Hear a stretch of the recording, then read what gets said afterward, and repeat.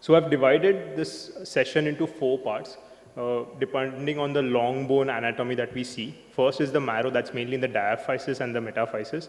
Then we extend to the at the edges to see the growth plate and the physis, follow it up with the epiphysis and the apophysis, and if time permits, look at the coalitions. Coming to marrow, it depends mainly on proportion of fat, how it would appear on MRI. So it is assessed mainly on T1 images, and yellow marrow is bright, that is hyper intense on T1 because it has more of fat, and a normal red marrow is usually equal or slightly brighter than the skeletal muscle. So let's look how the marrow grows from a red marrow into a yellow marrow on T1 images. So the first image, we see that this is entirely iso-intense or slightly brighter than the adjacent muscle, that's the red marrow. As the child grows, like an infancy age group, we see that it is slowly being replaced with fatty tissue, fatty marrow, that is why it is becoming brighter. It is even more brighter or hyper intense on T1 images at around 6 to 10 years of age. And then at adult age group, it is completely white, that is bright, that is the fat marrow that has replaced the red marrow entirely. So let's look at first case. So it's a 5-year-old child with recurrent infections, has weakness, pallor, and tenderness of lower extremities. And when you look at the T1 image of a 5-year-old and compare it with this patient, we see that it is diffusely hypo-intense on T1. So this looks, it is darker than the muscle. So it is not red marrow, it is something that has replaced or infiltrated into the normal fatty marrow. So this is a fluid sensitive sequence wherein we see edema that is diffusely involving the metadiaphysis, also the epiphysis. This is the normal T1 of a 5-year-old child, and you can compare it with this patient, and you can see how the fat is replaced with an abnormal tissue that is there, or abnormal cells. This hypointensity is darker than the adjacent skeletal muscles, and therefore we say that this is not red marrow, but it is something that has replaced the fat inside. And this is a case of marrow infiltrative disease, that is an ALL. Coming to the next example, we look at this again. This is an 18-year-old patient, and this marrow, fatty marrow, is replaced by hypointensity on T1 images. But if you appreciate this T1 hypointensity is not darker than the muscle, rather it is equivalent or slightly brighter than the adjacent muscle. And that is why it is the red marrow that has reconverted or replaced the fatty changes over there. And we see this common in sickle cell anemia, hemolytic anemias, or stress due to chemotherapy. On the spine images, this red marrow is equal to the disc signal. And that is why we call this that there is red marrow replacement that has happened. And this is how a normal 18-year-old or 15-year-old MRI should look like. And this is the T1 of our patient. So this is an example of red marrow hyperplasia in any of the hemolytic anemias. Summarizing the marrow changes, any deviation from the normal pattern at that particular age and that site of bone, replacement of yellow marrow with red marrow that we see in red marrow reconversion states, in which on T1 images, the signal intensity is brighter than the muscle or adjacent disc. If it is darker on T1 images than the adjacent muscle or the disc, then it is a marrow replacing disorder, marrow infiltrative disease like lymphoma, leukemia, etc. So just the last slide on marrow. That's the normal marrow in adolescence. It has been replaced in this, it is iso-intense, so slightly brighter than the adjacent muscle. Therefore, it's a red marrow reconversion. And in this, there is darker than the adjacent skeletal muscle on T1 images, and that is marrow infiltration. Coming next to the physis or the growth plate. So growth plate thickness is usually constant before the onset of maturation, and there is no interruption across the entire length of growth plate unless this closure has begun.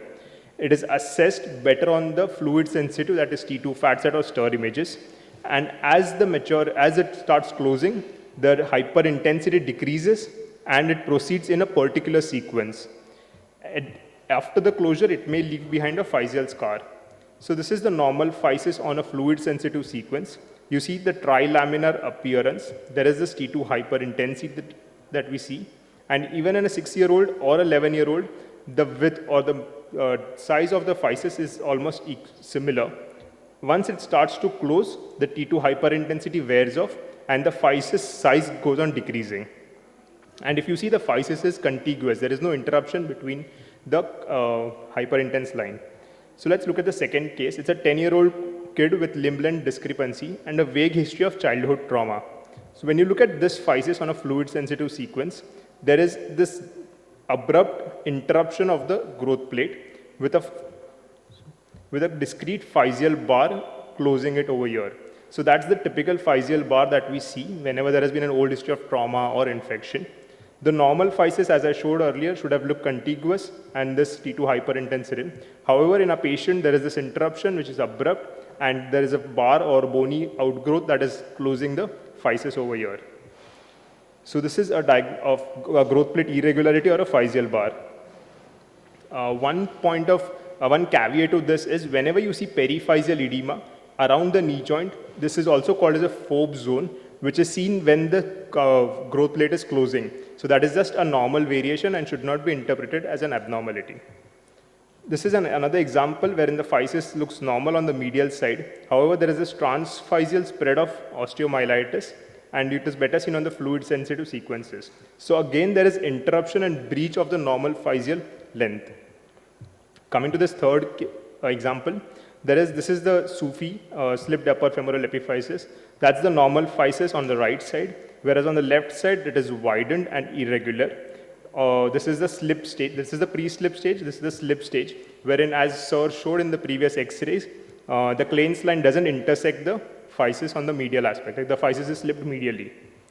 This is an advanced wherein the epiphysis is completely displaced medially. So summarizing the growth plate, any deviation from the normal pattern of closure due to prior trauma or infection, if there is any widening of the growth plates, as we saw in the case of SUFI, if there is an abrupt or an irregular breach in the contiguity of growth plate, then all these would fit into an abnormal physis that is there. Let's look at the third example, third section, that's the epiphysis and the apophysis. So normal epiphysis has a peripheral hyaline cartilage with a growing secondary ossification center. Irregularity and the apophysis fragmentation may be seen even in normal patients unless there is associated edema or localized tenderness. So do not jump to call any fragmentation as Osgood-Schlatter or anything. Unless there is localized tenderness or abnormal marrow edema, then it is pathologic. PD and fluid-sensitive sequences are the best to assess these physis and the epiphysis. So let's look how the epiphysis looks as the child grows. At 3 months of age, this is composed of red marrow, therefore it is iso-intense to the muscle. At 6 years, there is fatty marrow than the epiphysis, so it's become brighter on T1 images. And at 16 years, there is fused, and the apophysis and the epiphysis look similar in intensity to the metaphysis and the diaphysis. So let's come to the third case. It's a 6-year-old boy with a limp and left-sided thigh pain who has a normal serological workup. So this is the pelvis with both hips, fat suppressed, and a T1 image. And you can see that the normal physis on the right side is homogeneous with no edema. But on the left side, there is this discrete double line sign. It is fragmented and loss of fatty marrow, and it's also collapsed. So this is in keeping with the case of Perthes disease. So normal epiphysis has this fatty marrow. It has homogeneous in size and without collapse or fragmentation. And the abnormal one shows marrow edema with loss of fatty marrow and the fragmentation and collapse in the size of the epiphysis. Another patient which has edema at the olecranon and apophysis, and that's how the normal apophysis should have looked like. But over here, there is tenderness and edema, so this fits into a case of olecranon apophysitis. Coming to just summarizing the epiphysis and the apophysis part, if it is smaller compared to the opposite side, as we saw in Perthes, then it is abnormal. If there is marrow edema due to Salter-Harris fractures, as we saw in this case, or due to infection, osteonecrosis, then it is abnormal. Or if there are osteochondral lesions at the joint line, then it is an abnormal epiphysis over there. So last case, it's a mystery for all of you. It's a 21-year-old athlete who's presented with medial hindfoot pain and localized tenderness at the mid and posterior subtalar joint.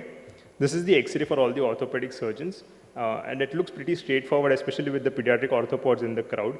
But let's move to the MRI picture. And on the MRI, we see that there is marrow edema at the subchondral margin of the middle subtalar joint. We also see there's an extra bony fragment over here. So this, on the non-fat side sequence, this is the bony fragment, this is the middle subtalar joint, and this is the edema localized around it. So this is a typical case of talocalcaneal fibroosseous coalition. How this would have looked on a normal, that's the normal fat suppressed sequence. There is no edema at the middle subtalar joint, whereas in our case, there is edema over here. And this is the CT sections of the same patient. So we see that this is the extra osseous part. This is the coalition that is happening. A part of it is fibrous, and this is the osseous part that is there. So coming to just summarizing the coalitions in the end, any abnormal osseous projection or a bony fragment, as we see in this anteater sign, that's the calcaneonavicular coalition, and edema at the synostosis or syndesmosis would point towards a coalition.